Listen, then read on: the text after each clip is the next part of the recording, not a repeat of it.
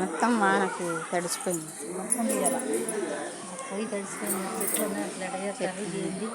చెప్పు, నువ్వు మాట్లాడు. రేకులు ఇప్పిందని మాట్లాడు. రేకులు ఇప్పిండి రేవంత్ రెడ్డి గారికి ఎన్నిసార్లు చెప్పినా కూడా ఏమీ లేదు. అది పట్టించుకోవట్లేదు. అసలు సీతక్క అసలు పట్టించుకోవట్లేదు. ఎన్నిసార్లు చెప్పినా కూడా ఏ బిల్లులు లేవు, వంటగదులు లేవు. ఎట్ట చేయాలి, పిల్లలకి ఎట్లా ఉండి పెట్టాలి. అది వచ్చి మా పని మాట్లాడు. మాట్లాడు ఏదో ఒకటి బొరకకాయ చేయాలి. అసలు ఒక ఇంట్లో చేసుకోవడానికి ఎంత ఇబ్బంది అవుతుందో. ఫస్ట్ వంట మాస్టర్ ఇవా, సెకండ్ వంట మాస్టర్ ఇవా. ఏం మాట్లాడాలండి? పొయ్యలేదు మాట్లాడుతు కానీ తడిచిన ఇది పిల్లలకి వంట చేయడానికి ఇక్కడ ఈ బురదకి ఇబ్బంది అవుతుందండి. కొంచెం రేకులు వేసే పరిస్థితి చూసన్నా.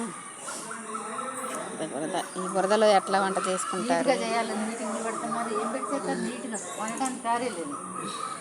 వాటర్ పట్టేస్తున్నాయి స్కూల్లో కూడా.